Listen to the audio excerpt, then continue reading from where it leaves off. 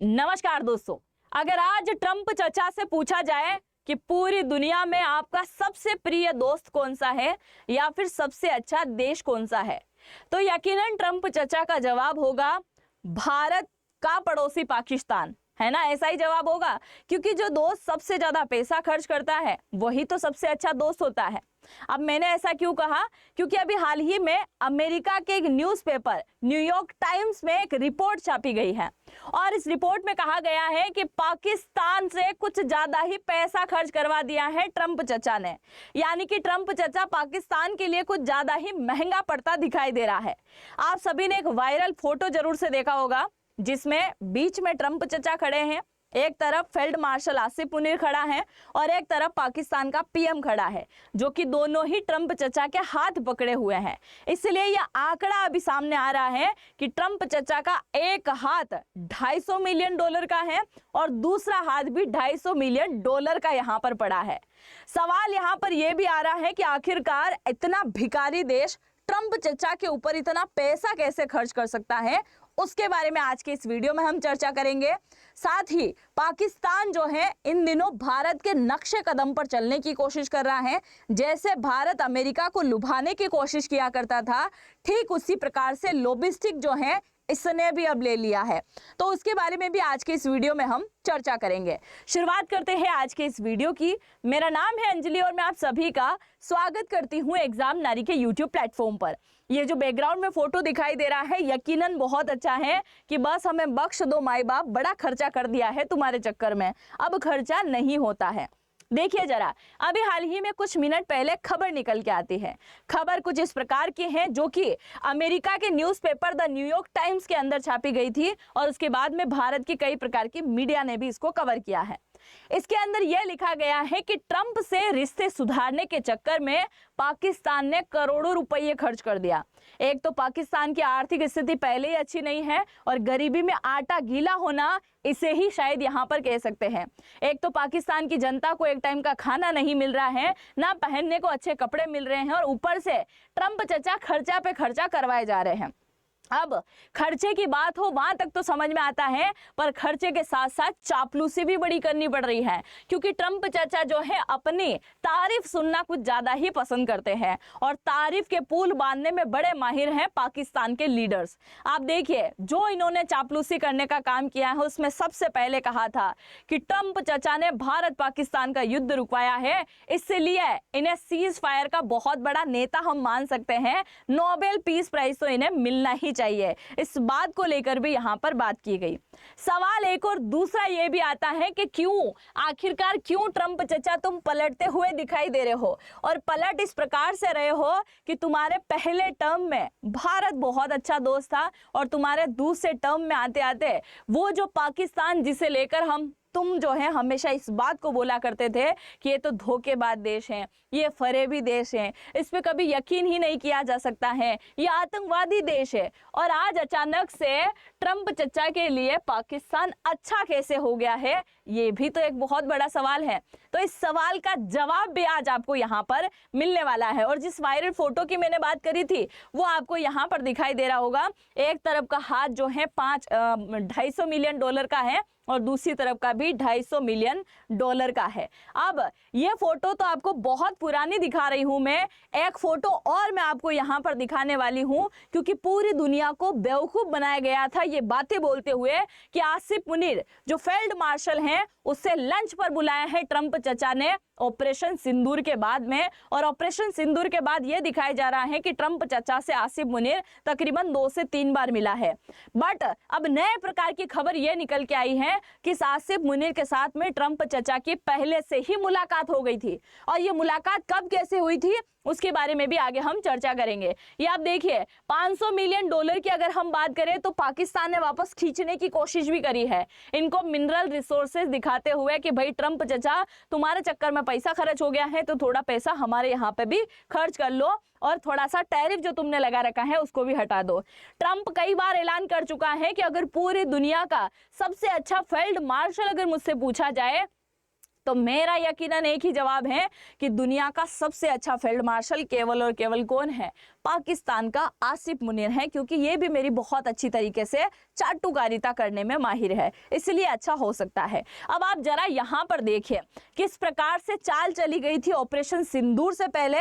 सवाल ये भी आता है क्या ऑपरेशन सिंदूर के बारे में माफ कीजिएगा, क्या सवाल ये यहाँ पे ये भी आता है क्या पहलगाम जो हमला होने वाला था इसके बारे में ट्रंप चचा पहले से ही जानता था? क्योंकि यहाँ पर कुछ लाइन मैं आपको बताने वाली हूँ और उस लाइन से थोड़ा बहुत ऐसा फील होता है कि शायद अमेरिका इसके बारे में बहुत अच्छे से जानता था।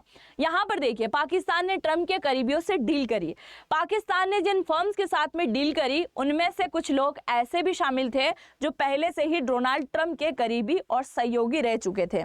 अब पाकिस्तान को अच्छे से पता है कि पाकिस्तान वाले सीधा ट्रंप चाचा के केबिन तक नहीं घुस सकते और इसके लिए इन्होंने मोहरा बनाया किसको? जो ट्रंप के आसपास रहते हैं।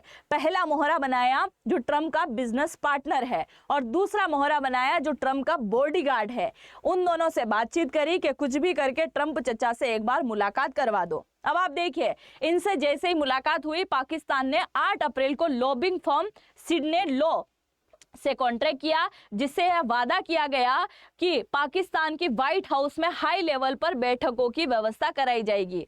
यानी कि अगर इन दोनों लोगों से बात हुई है तो पाकिस्तान ने अच्छा खासा करोड़ों की मात्रा में पैसा इनके ऊपर खर्च किया और उसके बाद में पाकिस्तान को तब जाकर व्हाइट हाउस में आने की अनुमति कहीं ना कहीं मिली है। अब इनकी बैठक जो करार हुई थी वो हुई थी 24 अप्रैल को। अब 24 अप्रैल को चूंकि बैठक हो रही है तो इसकी तैयारी काफी समय पहले हो चुकी होगी और आप सभी जानते हैं कि 22 अप्रैल को पहलगाम की घटना हुई थी। आप देखिए पाकिस्तान लगातार अमेरिका का करीबी बनने की कोशिश कर रहा था। 22 अप्रैल को हमारे यहाँ पर पहलगाम हमला हुआ और 24 अप्रैल को इनकी वहां पर मीटिंग हो रही थी जिसके बारे में किसी को कानो कान खबर भी नहीं मिली। दूसरा, कुछ हफ्तों बाद ही पाकिस्तान सेना आसिफ मुनीर ने वाशिंगटन का दौरा किया जहां उन्होंने राष्ट्रपति ट्रंप से व्हाइट हाउस में प्राइवेट मुलाकात करी और शायद इस प्राइवेट मुलाकात के बारे में किसी को पता नहीं है क्योंकि एक प्राइवेट मुलाकात इसने ऑपरेशन सिंदूर के बाद में भी करी थी जो कि पूरी दुनिया को पता है कि यह मिलने के लिए गया है। ऑपरेशन सिंदूर का अगर सबसे ज्यादा फायदा किसी देश ने उठाया है तो पाकिस्तान ने और वो अमेरिका का कहीं ना कहीं करीबी बनता हुआ भी यहाँ पर दिखाई दे रहा है। तो अब देखिए आप इस लाइन से थोड़ा बहुत यहाँ पर अंदाजा लगा सकते हैं कि पाकिस्तान पहले से ही किस प्रकार की चाल यहाँ पर चलते हुए बैठा था। सवाल ये भी है कि अगर अमेरिका को इसके बारे में पता था तो भारत तो पहले से ही उसका करीबी था, तो भारत को इन्फॉर्म करना क्यों नहीं समझा? आगे हम जानेंगे। इससे पहले स्कैन करके यहाँ इस आईडी से स्कैन करके सीधा मुझे फॉलो कर सकते हैं। अब सवाल यहाँ पे ये आता है कि क्यों आखिरकार ट्रंप चचा के लिए भारत बुरा हुआ और इधर जो है पाकिस्तान अच्छा हो गया? भारत को बुरा बनाने के पीछे कई सारे रीजन हैं। कुछ रीजन तो आप जानते होंगे और कुछ रीजन मैं आपको यहाँ पर बता दूं। अगर सबसे पहले रीजन की हम बात करें तो ट्रंप चचा चाहते थे भारतीय बाजारों के अंदर अच्छी पकड़ बनाना और इसके लिए ट्रंप चचा ने भारत के सामने एक प्रस्ताव रखा कि मेरे यहाँ के जितने भी डेयरी प्रोडक्ट हैं वो आपको भारतीय बाजारों के अंदर बेचने पड़ेंगे। और भारत ने यहाँ पर साफ सुथरे शब्दों में मना कर दिया कि मैं डेयरी प्रोडक्ट नहीं बेच सकता क्योंकि भारत में कोई डेयरी प्रोडक्ट की कमी नहीं है, पहली चीज तो। दूसरा, अगर हम यहाँ के डेयरी प्रोडक्ट ले लेते हैं तो हमारी धार्मिक और आस्था पर बहुत बड़ा चोट होगा। चोट इसलिए क्योंकि अमेरिका के अंदर जो गायें और भैंसें हैं यानी कि जो पशु हैं उनका जो फीड होता है, चारा जो होता है, उसके अंदर भी नॉनवेज की मात्रा मिलाई जाती है ताकि वो अच्छा दूध दे। और उसी वजह से अगर वो सारी चीजों का सेवन कर रहे हैं और उसके बाद में दूध दे रहे हैं और वही दूध भारत के गांव तक पहुंचते हैं जो कि लोग बहुत ज्यादा धार्मिक हैं, इसलिए कई सारे लोग ऐसे भी हैं जो नॉनवेज नहीं खाते हैं, तो उनकी धार्मिक आस्था को नुकसान पहुंचेगा। इसीलिए भारत ने साफ मना कर दिया कि अमेरिका के डेयरी प्रोडक्ट भारतीय बाजारों के अंदर नहीं बिक सकते। और ये बात ट्रंप चाचा को बड़ी बुरी लग गई, है कि नहीं? दूसरी बात यह है कि पाकिस्तान बड़ा चिल्ला चिल्ला के बोल रहा था कि सीज फायर करवाने में, भारत पाकिस्तान के युद्ध का सीज फायर कराने में केवल ट्रंप चचा का हाथ है। और जब ऑपरेशन सिंदूर को लेकर हमारी संसद के अंदर बहस होती है तो देश के पीएम के द्वारा इस बात को क्लियर कह दिया जाता है कि भाई ऑपरेशन सिंदूर में और किसी तीसरे देश की मध्यस्थता नहीं थी, भारत और पाकिस्तान की सहमति से ही इस युद्ध को रोका गया था।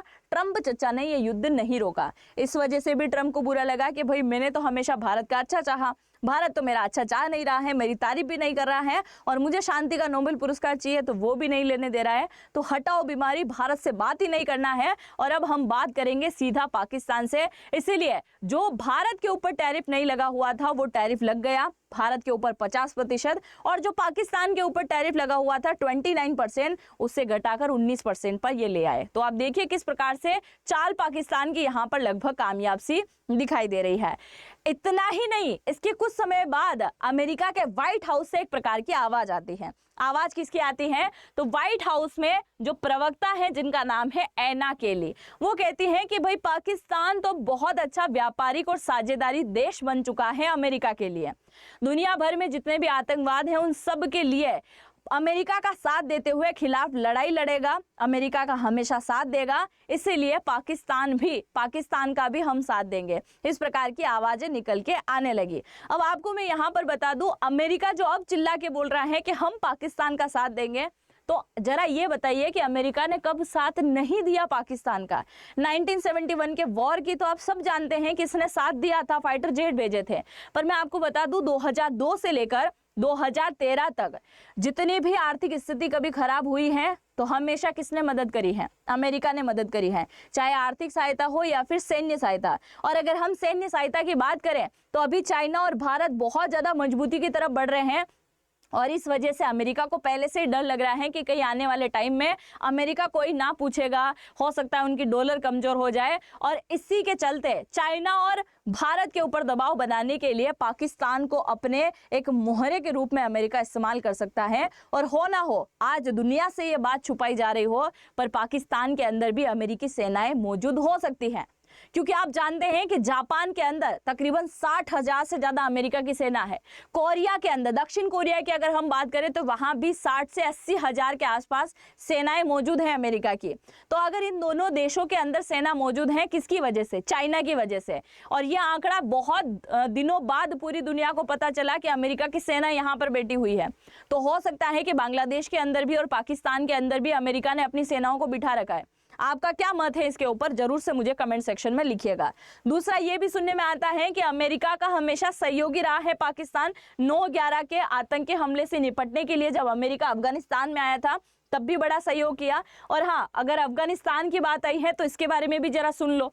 आप जानते हैं कि अभी हाल ही में अमेरिका ने अफगानिस्तान को धमकी दी थी कि हमारा बगराम एयरबेस खाली कर देना, क्योंकि अमेरिका एक बार फिर से यहाँ लौट रहा है। और उसके बाद से ही पाकिस्तान और तालिबान के बीच में युद्ध शुरू हुआ, और पाकिस्तान ने इस बात को लेकर आखिरी अल्टीमेटम जारी किया था कि जितने भी अफगानी पाकिस्तान के अंदर भरे हुए हैं वो समय रहते पाकिस्तान से निकल जाए, नहीं तो उन्हें कूट कूट के यहाँ से भगाया जाएगा। आप देखिए ये किसकी नीतियां हैं? केवल और केवल अमेरिका की नीतियां यहां पर दिखाई देती है। अब इन्हीं नीतियों के बीच में एक बहुत ही फेमस डायरेक्टर हैं, उन्होंने कुछ लाइनें कही हैं पाकिस्तान को लेकर, जरा इसके बारे में भी सुनिए। इस मामले पर ईस्ट साउथ एशिया इंस्टीट्यूट के एक डायरेक्टर हैं जिनका नाम है माइकल कुगेलमैन। इनके द्वारा कहा गया कि डॉक्स खुद कनेक्ट हो जाते हैं, लॉबिस्ट टैरिफ पर काम करते हैं, फिर पाकिस्तान का टैरिफ अचानक से कम हो जाता है, आर्थिक सहयोग पर कॉन्ट्रैक्ट होते हैं, फिर मिनरल रिसोर्सेज पर कॉन्ट्रैक्ट होते हैं, फिर एनर्जी ड्रिल होती है। पाक की चालाकी से कोई फैक्टर मिलाकर ये टर्न अराउंड बनता है। नहीं समझ में आया? समझ में आएगा। ये लॉबिस्ट क्या है, अगर इसे समझ जाओगे तो आपको बहुत आसानी से समझ में आ जाएगा। सुनिएगा जरूर। मैंने शुरुआत में कहा था क्या पाकिस्तान अब भारत के नक्शे कदम पर चलने की कोशिश कर रहा है। नक्शे कदम पर कैसे चल रहा है?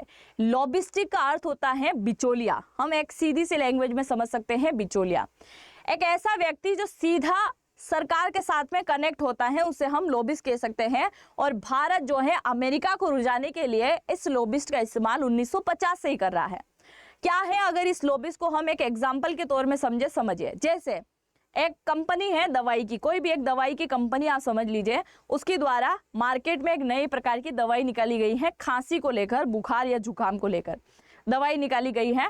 अब उस दवाई को लेकर सरकार जब अप्रूवल देगी तभी वो दवाई क्या होगी, मार्केट के अंदर आ पाएगी। अगर जब तक सरकार उसे अप्रूवल नहीं देगी तो वो दवाई किसी भी मेडिकल स्टोर पे आप नहीं बेच सकते। अब वो जो दवाई कंपनी का मालिक है वो सीधा सीधा सरकार के किसी नेता से, किसी अधिकारी से तो नहीं मिल सकता, इसीलिए उसे एक ऐसा व्यक्ति ढूंढना होगा जो सरकार का करीबी हो और थोड़ा बहुत पैसा लेकर उसका काम कर दे। इसीलिए सरकार के और कंपनी के बीच में एक प्रकार से पुल का जो काम करता है, बिचौलिया का जो काम करता है, उसे हम लॉबिस्ट कहते हैं, जो सरकार के सामने जाके ये प्रेजेंट करता है कि ये दवाई इस कंपनी के द्वारा बनाई गई है। अगर ये दवाई मार्केट में आ जाती है तो अगर बच्चों को बुखार सर्दी जुकाम हो रहा है तो उसके लिए भी बहुत अच्छे से वर्क करेगी, इसके अंदर ये चीज़ें मिलाई गई है। और अगर हम इसे इतने नहीं इतने दाम के अंदर भी बेचे तो सरकार के कोटे में, राजकोष के अंदर इतना ज़्यादा मुनाफा होगा, इतना ज़्यादा पैसा आ सकता है। तो वो सरकार के लिए भी फायदे वाली बात हो गई और वो कंपनी के लिए भी फायदे वाली बात हो गई। सरकार ने जैसे यहाँ पर अप्रूवल किया, दवाई की जो कंपनी का मालिक है वो किसको पैसा दे देगा? लॉबिस्ट को पैसा यहाँ पर दे देगा। अब आप देखिए, इसी प्रकार का लॉबिस्ट भारत सरकार ने बना रखा था अब तक, जो कि ट्रंप चचा के पास घूमता था और ट्रंप चचा का वो क्या था? बहुत बड़ा सलाहकार था। अब आप देखिए, ट्रंप चचा का सलाहकार जिसका नाम है जेसन मिलर, और ये किथ सिल्लर जो है ये बनाया है पाकिस्तान ने लॉबिस्ट। आप देखिए, भारत की देखा देख कॉपी कर दी है। ये मिलर या थिल्लर, ये दोनों भाई बन लगते हैं ना, दोनों मिलके बेवकूफ बना रहे हैं, ऐसा तो नहीं है। अब आप देखो जरा, अमेरिका के पक्ष में जो बातें भारत के पक्ष में अमेरिका के सामने जो बातें रखने का काम करता था वो ट्रंप का ही करीबी है, यानी कि सलाहकार है, जो कि भारत के बारे में अच्छी बातें बताएगा कि भारत एशिया के अंदर अपना अच्छा सहयोगी है, वो अब तक इतनी डील कर चुका है, इतना ज़्यादा फायदा होता है, इन सब के बारे में वो बताता। इसलिए ट्रंप चचा के माइंड में भारत को लेकर एक अलग छवि बनी हुई थी। दूसरा, ये जो व्यक्ति हैं जिसका नाम है जेसन मिलर, 2016 के प्रेसिडेंट कैंपेन में ट्रंप के एडवाइजर थे। ट्रंप के दिमाग ये कहे जाते हैं। कई नेताओं के लिए कैंपेन स्ट्रेटेजी और मीडिया मैनेजमेंट का काम ये करते हैं और पॉलिटिकल स्ट्रेटेजी और डिजास्टर मैनेजमेंट के एक्सपर्ट भी ये कहलाते हैं। अब जैसे भारत ने इनको चुन रखा था, वैसे ही पाकिस्तान ने भी एक व्यक्ति को चुनने का फैसला किया। हमने चुना था ट्रंप के सलाहकार को और पाकिस्तान ने चुना ट्रंप के बॉडीगार्ड को। अब आप देखिए, ये जो व्यक्ति आपको दिखाई दे रहा है कीथ सिल्लर, ये क्या है? न्यूयॉर्क पुलिस में अधिकारी रह चुका है और ट्रंप की ताकत ये माना जाता है। ये ट्रंप का दिमाग माना जाता है, ये ट्रंप की ताकत माना जाता है। और इसने जो है पाकिस्तान के लिए पूरा कार्यक्रम यहाँ पर सेट कर दिया और ये पाकिस्तान को जाके रिप्रेजेंट कर रहा है अमेरिका के ट्रंप चचा के सामने कि भाई पाकिस्तान ने जो हमारे ऊपर एहसान किया है 9/11 के हमले के दौरान भी, अफगानिस्तान में जब हम बैठे हुए थे तो उस समय भी हमारा सहयोग कर रहा था। जब जब हमने इसको बुलाया होगा तब तक ये दौड़ के आया होगा। ऑपरेशन सिंदूर में भी आपने देखा है कि अपनी बात जो है सबसे ज्यादा इसने मानी है, भारत ने बात नहीं मानी है। तो कुछ इस प्रकार की बातें बताई गई। दूसरा, इन्होंने पाकिस्तान वालों ने पहले ही बोल दिया था कि बलूचिस्तान के अंदर एक बहुत बड़ा खनिजों का भंडार है, मिनरल रिसोर्सेज हैं, तो यहाँ पे भी अपना फायदा है कि भाई अगर यहाँ से भंडार हम निकालेंगे तो 50-50 कर लेंगे, क्योंकि इनके पास में तो ना आधुनिकरण है ना किसी प्रकार की मशीनें इनके पास में है। तो ट्रंप चचा के मन में कुल मिला के लालच बढ़ दिया और जब इनके साथ इनकी मीटिंग फिक्स हुई, जो इन्होंने तारीफों के पुल बांधना शुरू किया, ये भूल गए भारत को और इन्हें केवल याद रहा कौन? पाकिस्तान। तो आप समझ चुके होंगे कि लॉबिस्ट क्या होता है और किस प्रकार से इसका उपयोग किया जाता है। और ये उपयोग अब कौन कर रहा है? केवल और केवल पाकिस्तान कर रहा है। ट्रंप के दिमाग से भी और दिमाग के साथ साथ शक्ति से भी खेलने का काम यहाँ पर किया जा रहा है। अब ये सारी बात तो आपको यहाँ पर समझ आई होगी। अभी हाल ही में ओवैसी के द्वारा जो एक लेक्चर दिया गया बहुत बड़ा, वो बहुत ज्यादा वायरल हो रहा है।